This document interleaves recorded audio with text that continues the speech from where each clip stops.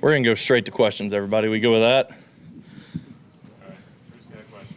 Start here in front of George. Yeah, the offensive line. Last night we talked to a couple of guys, and they talked about just kind of the challenge you guys presented them after the Texas game. Mm-hmm. Can you take us through what that was like, I guess, encouraging those guys after that performance and how they played on Saturday against South Carolina? Yeah, the first part of it was just showing the film and highlighting the things that were good and that were up to standard, but then you have to highlight the things that aren't either, that aren't the standard of how we want to play on offense and how we want to play at Oklahoma. And those guys had great humility, taking the coaching with it, and then accepting the challenge of just mindset and mentality of what that position takes. And it was constant throughout the week. It was constant in walkthroughs, us demanding it, the leaders of that group demanding it, carried over into practice, and they took it to the game too. So all the credit to them. They accepted the challenge. They worked their butt off, and they played well on Saturday. Ben, sticking with the offensive line, we talked to Heath last night. Yeah. And just talked about how he's getting more comfortable after coming off the injury. Just what have you seen from him this season, and how much he's improved? He's improved a lot, and offensive line's a developmental position, because he ain't that old. He's really not. He was hurt throughout spring ball. And so the more time you get, especially at a very developmental position like offensive line, the more reps you get, the more continuity you get with the guy to your left and the guy to your right, because he's a guard. The more continuity you get with that, it only helps everything. You just get more comfortable, you get more confident, which leads to playing faster, and Heath's done a great job of that. And Heath gets challenged just as much as anybody, by Coach Biedenbow, by myself, by Coach Venables, and he hasn't tapped out. He continues to keep on getting better, and he knows that there's stuff that he can still get better at, but it's a very developmental position, and the more reps the better. So Yeah, I wanted to ask you about Xavier Robinson. I know he was banged up early in the year, but what's it say that he's stuck with it, strung together some good practices, and become a guy that you can trust? Yeah, X is a talented ball player. He has a really awesome skill set because he's a big kid, but whenever he gets out, he has really soft hands. He can catch well, has a great catch radius, but he's strong, and he's actually really explosive and fast for how big he is too. And just being able to be healthy and consistently practice, I think it just does wonders for him as a player. But he's been great. He's been great in meetings. He's been great in our pass protection walkthroughs and pass protection in general. He's been great. And so it's just being able to string along consistency for him that he's done a really good job of, and I think has helped elevate his play. So I'm really proud of X. Ben, I'm not looking for game specific, but I'm curious, since Brent's been at the coordinator gig so long and you're still relatively young in your career, I know it's defense and offense, but are there any things that you've picked up from him just in, the way he does what he does, prepares the guys, anything like that since you've been alongside him? The thing about Coach Venables is that there is zero stone left unturned. Like he gets those guys ready probably better than anybody I've ever seen in my life, just from, how they walk through, how they practice, and it's 4th and 1. I've said it before about him, but it's 4th and 1 down there all the time. He doesn't let anything go by the wayside, and, I really try to be that way, but even being around him, I think, has elevated that aspect of coaching in my own self and my own philosophy. But he's a great leader to the defensive staff. He's a great leader to the players over there. And so anything that I can pull from him in that realm too, because, the biggest thing about this job is getting the kids to play hard, right? Schemes all cool and everything, and execution really helps, but the harder you can get kids to play, more good happens than bad, and I think he has mastered that. He does an unbelievable job for our whole team of motivating them to play hard, but specifically the defense. I mean, those guys bring it. Doesn't matter if it's a good on good period, 7-on-7, a walkthrough, a scout period. Like, later on in the weeks, once I get kind of like the game plan, the hay end in the barn, but the game plan's pretty well set. Like, I go and watch Tuesday and Wednesday practice of the defense. One, I want to see, all right, what are they going to do this week? Like, oh my God, I feel sorry for that guy. Like, but I really see just to see how these guys practice. And I love pulling clips. I love pulling, some of our offensive players into my office and being like, look how hard these guys are going right here, man. Like it's not luck, and so that's something that I've really pulled from him is just his 4th-and-1 mentality, the ability to lead men, and the ability to get these players to play really, really hard. Ben, this might be a shot in the dark, and if it is, that's fine. If the answer is not really, it's okay. But as a young offensive guy, the last few years, looking at what everybody's doing, did Lane Kiffin ever catch your eye? And what have you, if so, what have you thought about his career as an offensive mind in this game?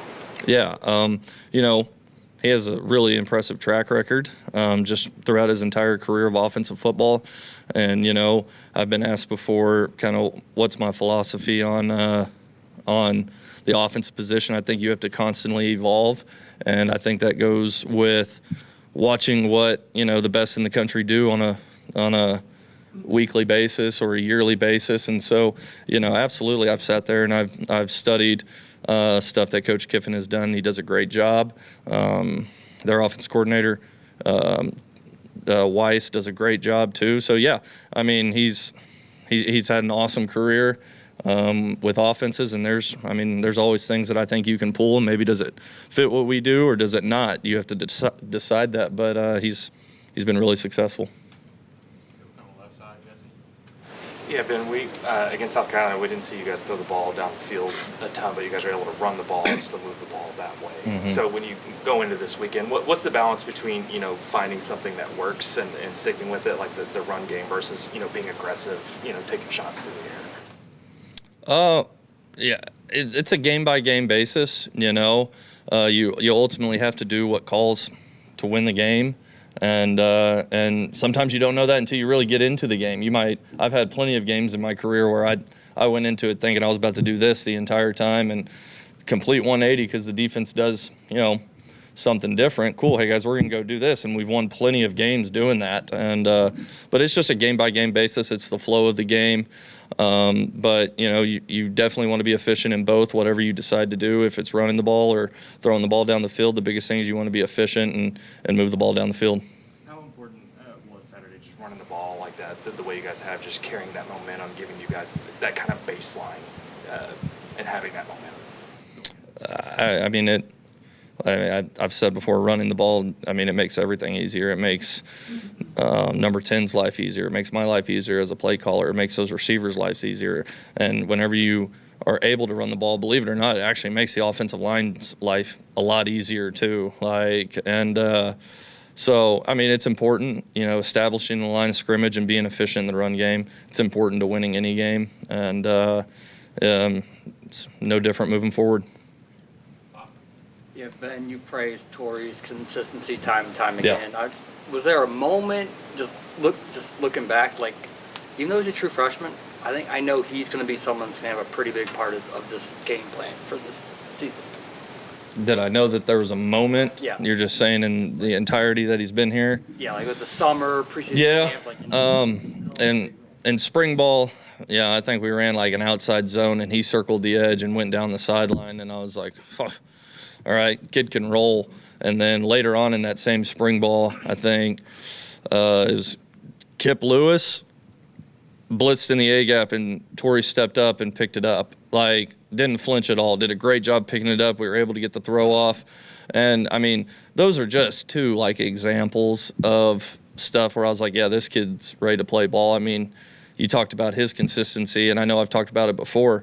Those weren't just one-off deals. It constantly doing the right thing. And when he does mess up, okay, he doesn't usually make the same mistake twice. And so I think that speaks to a level of maturity for a kid so young too, to be able to take coaching, understand a mistake, and then fix it. And he does that at a high level. But he just has a great, I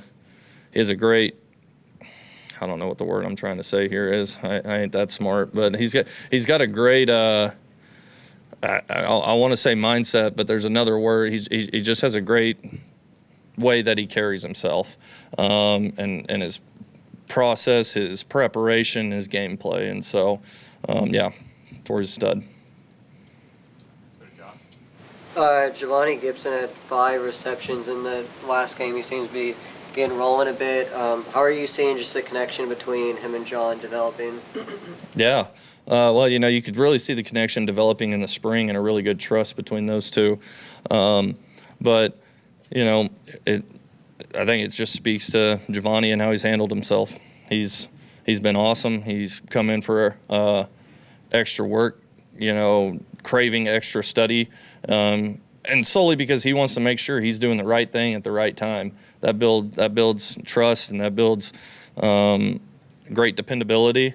And so just proud of Javanni, how he's handled everything, how he's handled his process, his recovery process, how he's handled getting ready for games. He's been doing really, really well with it. Yeah, Pierre Louie starting to roll a little bit, it feels like. Can you talk about just his growth of just maturity? Yeah. He's always been a guy that played with an edge. Yeah. Got him in trouble a little bit sometimes on the field, but the balance of just the maturity of his, I guess, the mental aspect of learning the offense and being able to do what he needs to do while keeping that edge and not being just too overzealous, I guess, on the field. Yeah, well, Eddie's a fun kid to be around. Like, he's got kind of a bubbly personality. Like, he is really, really fun to be around. And then whenever you step on the football field, I mean, he's one of the more aggressive guys on the team. And that kid plays hard. Like, he plays football very, very hard. And at that position, it's something that you have to do, But he has a great mindset of how to approach practice, how to approach inside drill and pods drill. He attacks it. And so the biggest thing that I can say about Eddie is he's an awesome teammate with a great personality, and that dude just plays really, really hard. So whenever he gets his moments in the game and he gets his opportunities, I mean, that translates over. And you see the strain and you see the effort. And I think that's special about Eddie. I think he does a really good job with that.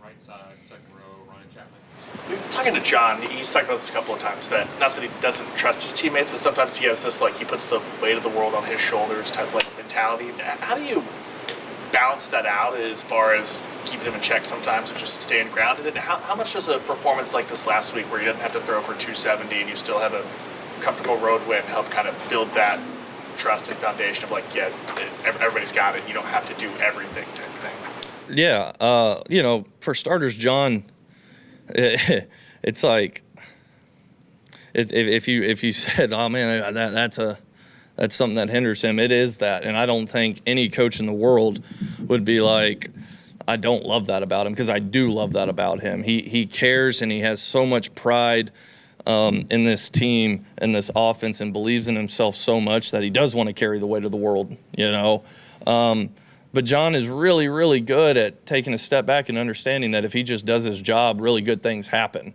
And, I thought he did that really well last week. I thought his eyes, his footwork, his decision-making was so good. And it was nothing more than doing his job. I mean, literally nothing more than doing his job. And just proud of him. He is a selfless guy. Dude was, what did he throw for, like 150 yards? Like, we won the ball game. And he was fired up about it in the locker room after. He's a terrible dancer, but he was kind of getting some dance moves in and stuff like that in the locker room after the game. Like, that's awesome football. That's awesome culture. It's an awesome locker room. And, John, he's always going to be that player that he's going to do his job, but whenever the moment calls, he usually has a pretty good gauge on when, okay, hey, I'm gonna go do winning. I'm going to go do what it takes to win the game right here. And he's always had a really good gauge on that. But it's always just making sure that he's true to himself as a player and doing his job. So. Ben, circling back on Javanni, John mentioned last night that he spent like an hour and a half next to you on the plane, just going over plays on the way to Columbia. Yeah. Is that something players often do with you, or is that something that like Javanni like specifically did? And like, what does that say about Javanni's kind of want to get back to where he was in the spring before the injury? Yeah, the biggest thing, if a player ever wants to watch extra film with me, I ain't gonna tell him no, like, because that's a level of buy-in that I think is huge for development. And again, Javanni he wanted to make sure he was prepared, and he was. He went into the game and no busts, was where he was supposed to be. There's a few things I pointed out to him kind of after, like, hey, I need a little bit more strain right here from you. All right, but he knew what to do, and it was a fun plane ride over there. It was cool. Normally I don't know, watch 300 or take a nap or something, but I got to watch a little bit more ball against the competition with a really good player, really talented kid, and a great kid who just wanted to be better. And so that was cool. I got to sit in the middle. Usually I have my seat, there's an open seat, and then we got Blaze Benson, who's with us, who's 6'5", 240. Well, for the plane ride there, it was Javanni, who ain't a little guy. It was Blaze right here, and I was crammed in the middle. So it was awesome. It was a fun flight over there. So, no, Javanni, he's really intentional with his work, and anytime a kid wants to get extra work, it'd be coaching malpractice of me not to want to give them what they want on that. So. We're running out of time. Last question, James Hill. The Ole Miss defensive coordinator's been around for a while, so I don't know how much you can learn from just watching everything that he does, but you kind of do a deep dive and tell us what you think about Ole Miss and defense. Yeah, on defense, their defensive front, I think, is really good. They have 2 D tackles. This one guy is massive. He's like 6'8", like 330. Like, dude is huge, and he has a really good motor about him. But their front is good. They play physical. They fly around. And then on the back end, they do a lot of really good stuff back there. Those guys are well coached. They have the ability to make plays on the football. And so and I think that matches up with kind of who he's been as a coordinator the entire time. He's really good, been really successful, and every single week it just shows up that these guys are ready to come play football. And I think that's a mark of a really good coach. If you get your guys consistently every week to play hard and ready to play ball within your scheme, then that's impressive to me, and he seems to do that. Thank you, Ben. Yeah, Boomer.